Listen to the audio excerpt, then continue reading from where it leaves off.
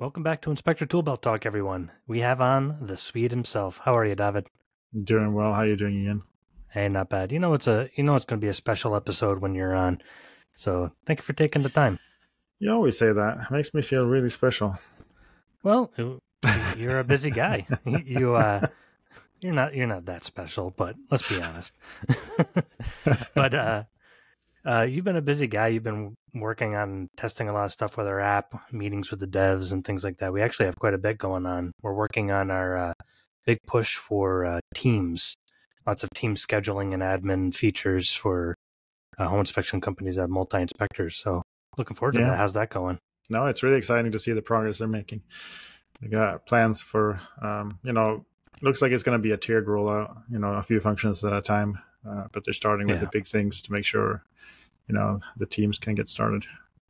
Yeah, and in the meantime, we got all those, I don't want to call them smaller features, but a lot of asked for a lot features that we're pushing out in the interim with it. So yeah, we've been busy over here. Lots of stuff going on. And I'm really excited about the one performance update that we have coming out. At least in early testing, it looks very promising. So the inspection template loads faster. Yeah. I know. I'm stoked about that. I was testing that today too, and I'm like, oh yeah, guys are gonna like this one. But we're going to talk today actually about a different subject than our app. We kind of digressed a little bit there. We're going to talk about basically how to deal with a know-it-all. I think it's an ironic subject too, but you had sent this to me as a subject, but we're paid to know stuff as home inspectors. So we're paid know-it-alls about your home, but we're not talking about that. We're talking about the quintessential, we show up on inspection, and as home inspectors, I've had it happen more times than I can count. The client thinks he knows more than me, or the father-in-law thinks he knows more than me, or the agent. I had this one story of an agent, and not to get too deep into it, but every time I went to say something, he would try to anticipate what my next few words would be, and he'd interrupt and throw it in there. And he was like wildly off, but he just was so convinced that he was right.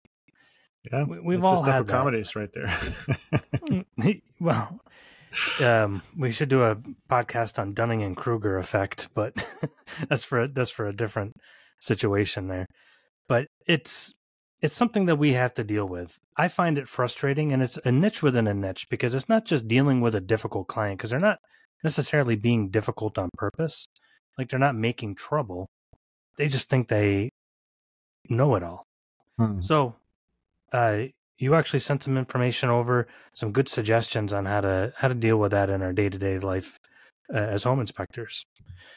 I think it's worth noting, though, that there's two extremes. There's a normal know-it-all, and then there's someone who has a what they call it, a cluster B personality disorder, basically a narcissist. So a narcissistic personality disorder, NPD. Yeah. What is that? I'm not a psychiatrist. Exactly, me neither. No, it was interesting. So it could be like the article said, that it could actually be a mental disorder that's causing people to act that way. And as with everything, it's a lot of technical jargon, but it's someone that just needs to be admired and adored by others. I think they're super important, exaggerating everything about themselves, thinking they're unique, like the world revolves around them. So we might see some of these traits in a person that's a know-it-all, but maybe it's not necessarily to the point where it's a personality disorder. But it is a possibility too that we could be dealing with someone that has NPD. Yeah, and I mean, we kind of throw that word around, narcissist, lately. Like when somebody just thinks too much of themselves, we say, "Oh, he's a narcissist." That's a real thing, though. There's people out there that just, serial killers. They tend to be narcissists. Hopefully, we're not inspecting for serial killers. Yeah. Oh yes, this locked room in your basement will work out fantastic for whatever you have planned. Yeah. But But really, we're just talking about the average know-it-all.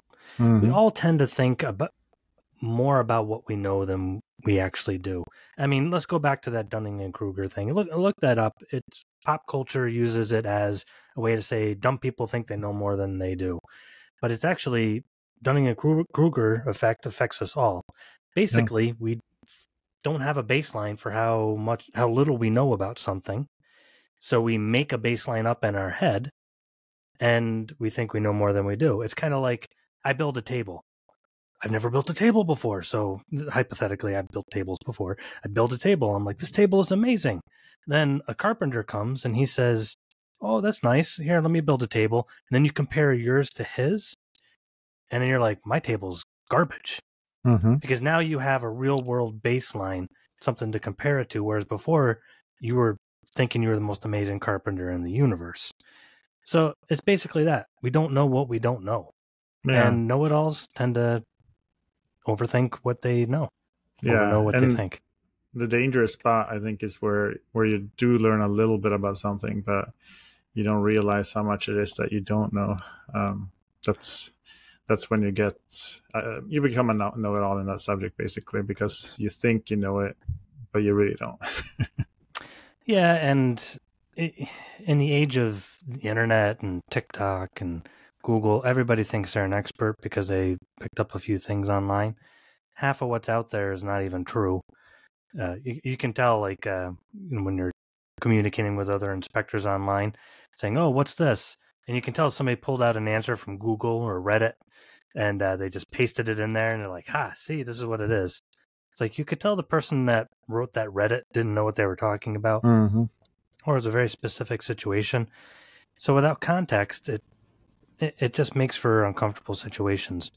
But that's where we come in as home inspectors. We're paid to know stuff, as I mentioned before.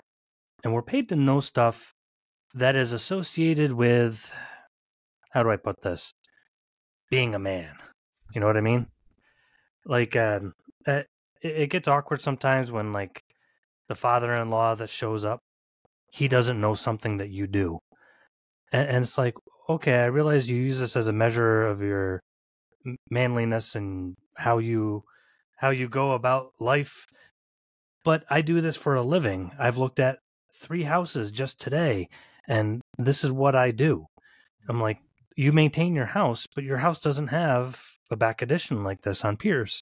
It doesn't have, soil screws. It doesn't have X, Y, and Z. This is what I'm paid to do. But sometimes it can push a know-it-all into a corner a little bit and make it even worse. So there's a fine line to tread. Yeah, and it's interesting too because what this article goes into is how to deal with a know-it-all, and it does mention that it can trigger a lot of feelings in us when we do get up against a know-it-all, especially like you said in a field that we know a lot about, and they act like they know a lot, and a lot of the techniques to handle them is actually going to be more about handling our reaction to them than anything else. Yeah, so we're actually taking a psychiatrist article, a psychology article, there you go, written for the psychological aspects of things. But in practicality, it just comes down to we can only control one side of the situation, ours. So what are some things? So say we're walking around on site and the know-it-all father-in-law rolls in and starts doing his thing. What are some things, David, that we can do to kind of handle that situation? Well, something that could work, especially when it comes to keeping our own peace of mind, is not to react at all. Just acknowledging that they said something, say thank you, and move on with it. We don't have to actually challenge their wrong views, because we don't put those in the report. We just keep going with our inspection, and say thank you for your input, and write in the report what we're going to write there anyway. Yeah, and this wasn't a father-in-law, but I remember one of the worst know-it-all clients that I ever had I was inspecting a townhouse, pretty basic inspection, and it was a daughter-in-law rolls up, and she just walks in, and she had remodeled a house. She flipped a house. So she kept going on and on how she knows every aspect of a house because she flipped one. And I had to hold back the eye rolls because I just tried to not acknowledge it. And it eventually worked. What happened was I had the electric panel off, and she's right up in the electric panel. I'm like, could you please step back for my safety? I know all about. I'm like, thank you. If you'd like to take the cover off later on, that's your deal. While I'm at the panel with the cover off, pretend this is lockout tagout. Please step back, which she didn't like, but it kind of had to be said. Mm. And then I'm looking with my flashlight, and I have a little pattern. I go up the left side of the panel, over the top and down, and then I kind of look at all the edges, and then I go towards the middle. I have a little pattern. As I'm doing it, she goes, "You're missing it. You're missing it. You're missing it." And as I'm saying that over and over again, it's getting my blood pressure up because I just remembered how obnoxious she was. And all she was pointing to was a wire. If I remember right, it was like a wire where she thought that the sheathing was stripped back a little bit too far. And I'm like, okay. Eventually, though, the parents came and apologized to me. They're like, wow, you handled yourself great. And I'm thinking, I almost exploded. I did not handle myself great. I am dying inside. But on the outside, they're like, that apparently wasn't a thing. So they're like, you just handled yourself. So people in the situation tend to notice the know-it-all eventually proves themselves wrong. You know, by just going off on tangents, none of it matters, missing big things that you find. And just, like you said, don't acknowledge it. Say, okay, well, acknowledge it. Mm-hmm. Okay, thank you. But don't argue with them. That's not a big deal. That wire sheathing, that's not too far back. All this other stuff, just, okay, thank you. Yeah. Write down what's in the report. What I did find was a wire that would have been sliced in the crawl space that she went in, said it looked fine, called out some really weird things. I'm in there. I'm like, oh, well, there's a sliced wire. And that kind of started to calm her down. Like she just walked right past it. Your forehead almost hit it. So, yeah, I find that does work. Saying thank you and just moving on and clamming up a little bit does kind of help a little. Yeah. And it's interesting too because it mentions that when we pay attention to what they're saying, even though it takes some extra time out of the work that we're doing, but paying attention to what they're saying, we can actually notice what they're doing to kind of inflate their own knowledge, and that actually helps us to deal with them because we see what they're doing, the tricks they're using, strategies they're using to sound like they're more knowledgeable than they actually are. Kind of what I'm doing right now, right here. So, can you explain that to me? Maybe I'm not understanding it. Yeah. So, I mean, you'll find this with anyone that's trying to sound like they know more than they actually do. I can use my own example. I worked at a Napa auto parts store for a year, and you pick up a lot of the actual terminology, but you don't really know anything about engines. You know what all the parts are. You don't know how they connect to each other. So using the correct terminology can make you seem knowledgeable, but if you actually pay attention, you realize that person actually doesn't know what they're talking about. They just have all these terms that they picked up. So that's one of the strategies they might use to make you think that they know more than they do, when in reality, it's just a smoke screen. Okay, gotcha. So the know-it-all father-in-law or whoever shows up and basically looked up a bunch of stuff on the internet before he got there and starts saying, oh yeah, the vermiculite this and the hydrostatic pressure and the hydronic heating unit, and makes everybody think, oh wow, he really knows this stuff. So how do we work with that situation though? Do we kind of talk with them a little bit and let them peter out on their terminology? Well, it depends on which direction you want to go with it. I mean, if you want to call them out on it, it's pretty easy. Could you please explain to me what hydrostatic? But that's not going to help the situation. No. But it does give you the. I guess it can give you that knowledge that, okay, I know that they don't know what they're talking about. I don't have to acknowledge it, or I don't have to feel like I have to defend my findings, because in reality they just spouting nonsense. Okay, so now that part makes sense to me. I think one of the worst things that we can do is try to defend our position or to defend our knowledge against someone else. And let's be honest, we're professionals. We do this all the time. We're proud of what we know. People pay us for what we know.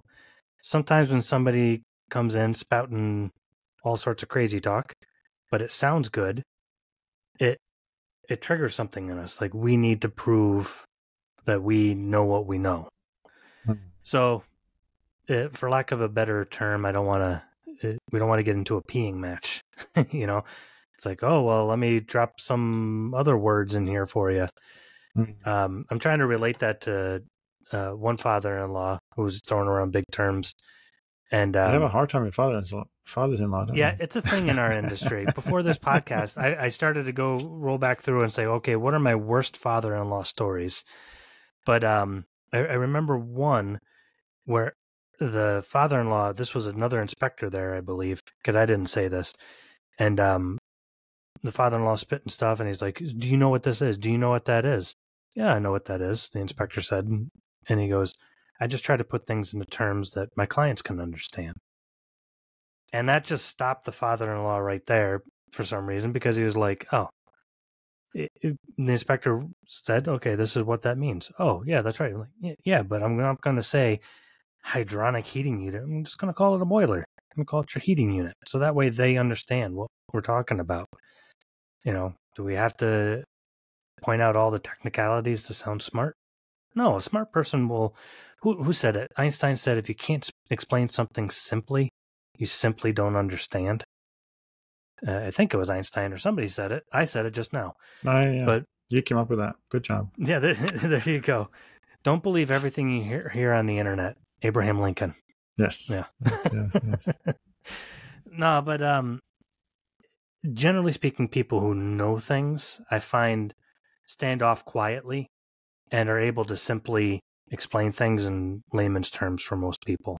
So know-it-alls usually, like you said, just kind of spit a lot of big words that make them sound good. But we should not try to get into a match with them on that. No. So another thing that was mentioned too is that's going to help your reaction is understanding it's not always about you. Article mentioned there that this behavior, it might not be at all anything as a personal slight against you, and more likely they're coping with their own feelings or challenges internally. So kind of helps when you realize that. It kind of helps to diffuse the situation, because you realize that they're very insecure in their own right, and because of that they are doing this that's looking like a challenge to you, but it's just a way for them to try to make themselves seem more important.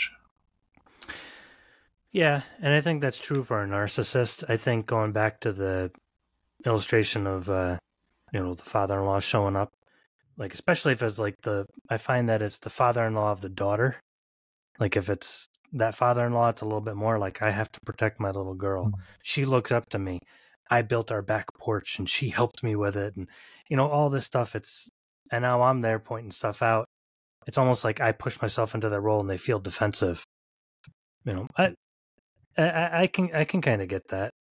The older I get and the older my daughter gets, the more I kind of get feelings like that. I was thinking, oh, what if my daughter, bought a car? I'd be in there opening the hood, looking around with a flashlight.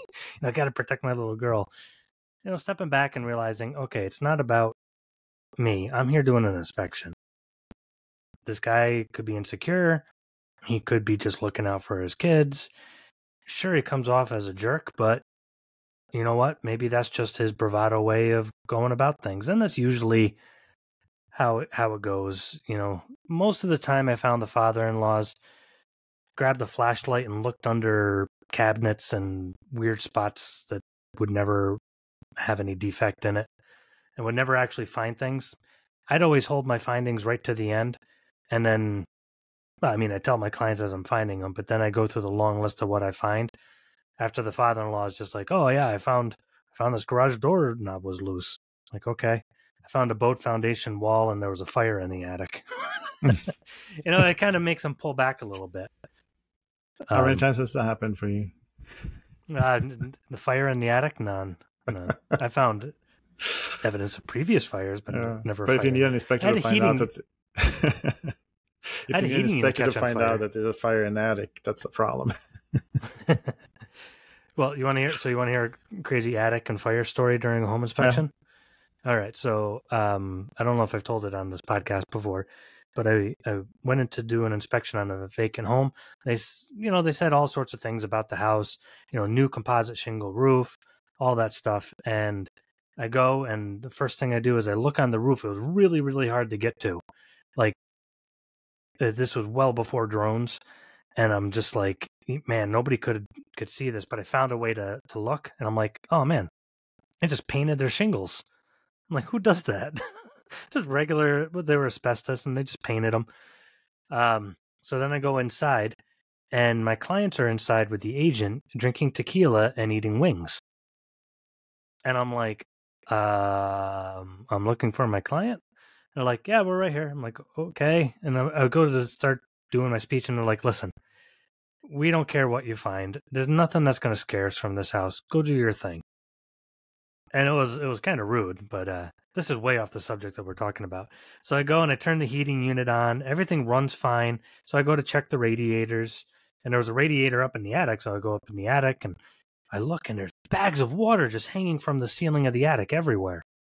So I'm looking around and I'm like squishing these bags. I'm like, wait, are these those bags that you get off of Amazon that, soak up the moisture and you're supposed to replace them? Nope. Turns out there were leaks and they would just tape bags up to the ceiling. This was it was a walkable attic, so I call it ceiling. The ceiling of the attic, and just bags of water hanging everywhere. Just then a fire alarm goes off. Amazingly, my clients who were getting sloshed didn't notice, so I raced downstairs. The heating unit caught on fire. And I'm like, so I stop it.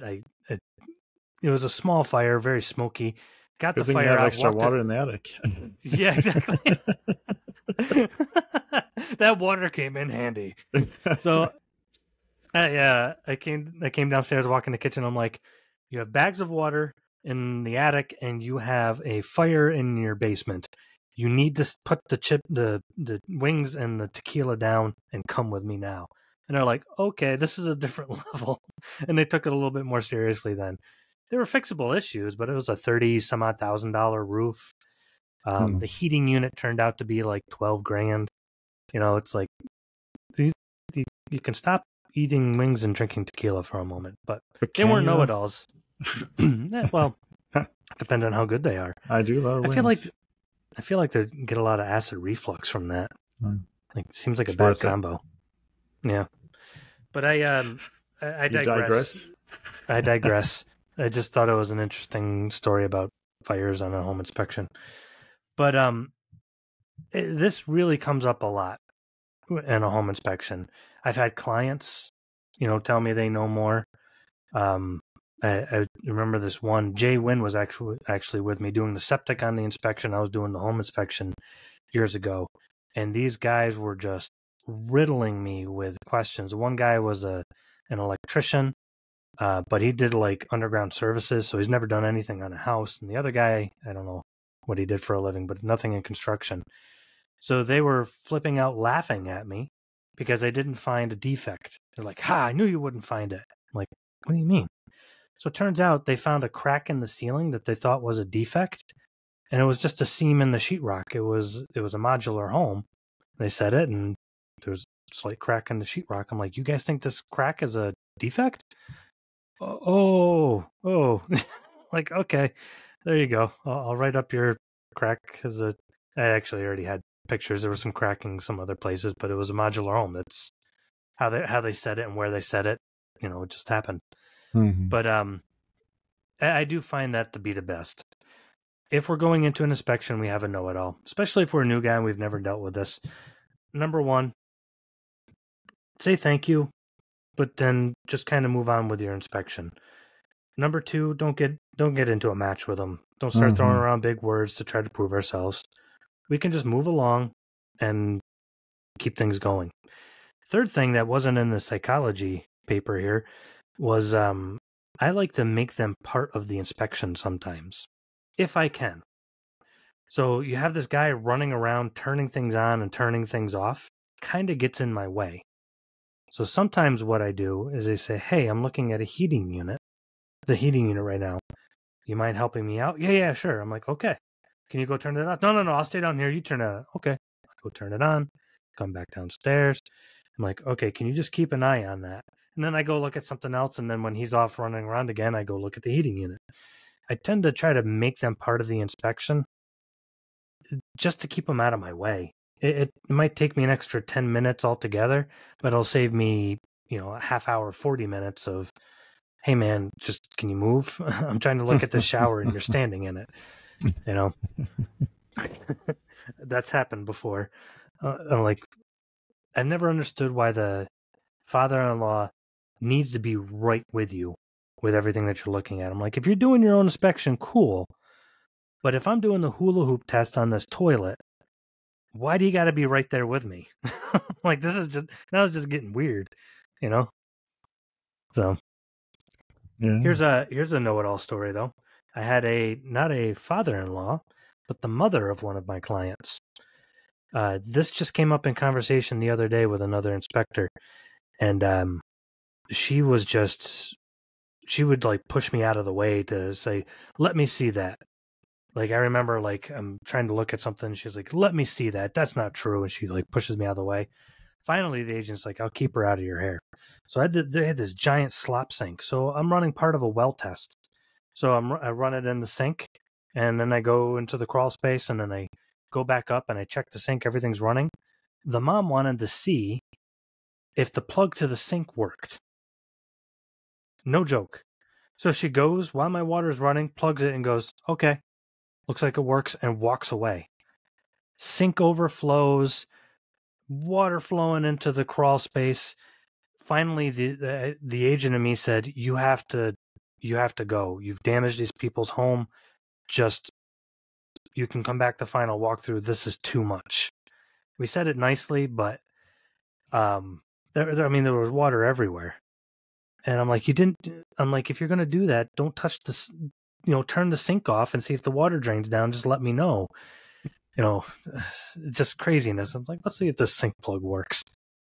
Because that's the most important thing on your inspection. If that little rubber plug that you put into a slop sink works. Yeah, those things aren't cheap. No, you can't get them from the dollar store whatsoever. But any other suggestions there, David, for handling a know-it-all? I thought one of the last points there was a very nice one too, to remember your own strengths. Because when it comes down to it, as long as you're comfortable in your own skin, you're not going to feel threatened by someone coming that obviously doesn't know as much as you do. So kind of playing the know-it-all back at the know-it-all that way. So just recognizing your own worth, your own, knowledge can help you protect you from overreacting to their attempts. Yeah, and I think that's a good point that it's ended on, that use that know-it-all as a mirror to look at our own reflection. If we start to get into a match with them, okay, that might mean we have a little bit of a problem. Maybe either lacking some humility or some self-confidence, or like you said, being comfortable in our own skin. So step back and say, okay, why did I react that way? Or maybe we reacted really well. We didn't say anything and we just moved on. Everybody was happy and we left. We don't have to live with the know-it-all. We have to remember that. We don't have to live with them. We just need to be there for 2 or 3 hours with them while they do their thing. Okay, can we grin and bear it and get paid and leave? Cool. That's the best way to really kind of handle that situation. Yeah. Can we make them part of the inspection like I do sometimes? Yeah, we could try that. But ultimately, just getting through the inspection, I think, is the best way to do it. Smile and move on. And if we handle ourselves well, cool. That means we have a good amount of confidence plus a bit of humility. I think True. humility is important in that, don't you, David? Yeah, that's true. Way too little of it in the world today. Yeah, but there's a big need for humility because I have found that no matter who you are, there's something we can learn from everyone. But I have found that even a know-it-all, I've learned things from. Like, okay, that know-it-all looked up all this stuff on this house all over the internet, and maybe there was a specific type of nail that they used for this type of plaster that's causing this type of rippling effect. Cool, I learned something. But that takes humility to step back and say, I can learn something from that know-it-all. You just made me think of a Swedish saying. Tell me. Even a blind hen can find a piece of corn. There you go. Yeah. There's an American expression too, but I can't remember it right now. What is it? Even a broken clock It's can right, be right twice a day. Twice a day, yeah. So there you go.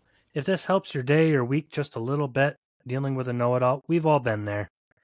We're home inspectors. We deal with it, and it's part of our industry. But overall, a couple little tidbits to help you deal with those kind of situations. David, thank you for being on. Appreciate it a ton. Ian, it's been special. Special enough. Thank you, everybody, and we'll see you on the next episode.